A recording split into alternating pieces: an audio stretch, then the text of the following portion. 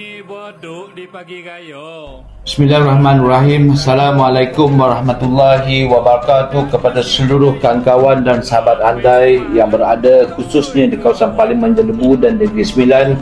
Apa khabar semua? Kepada semua masyarakat, ahli keluarga dan sanak saudara di Negeri Sembilan dan juga di Parlimen Jelebu, saya menjemput untuk datang ke program Mantai Raya.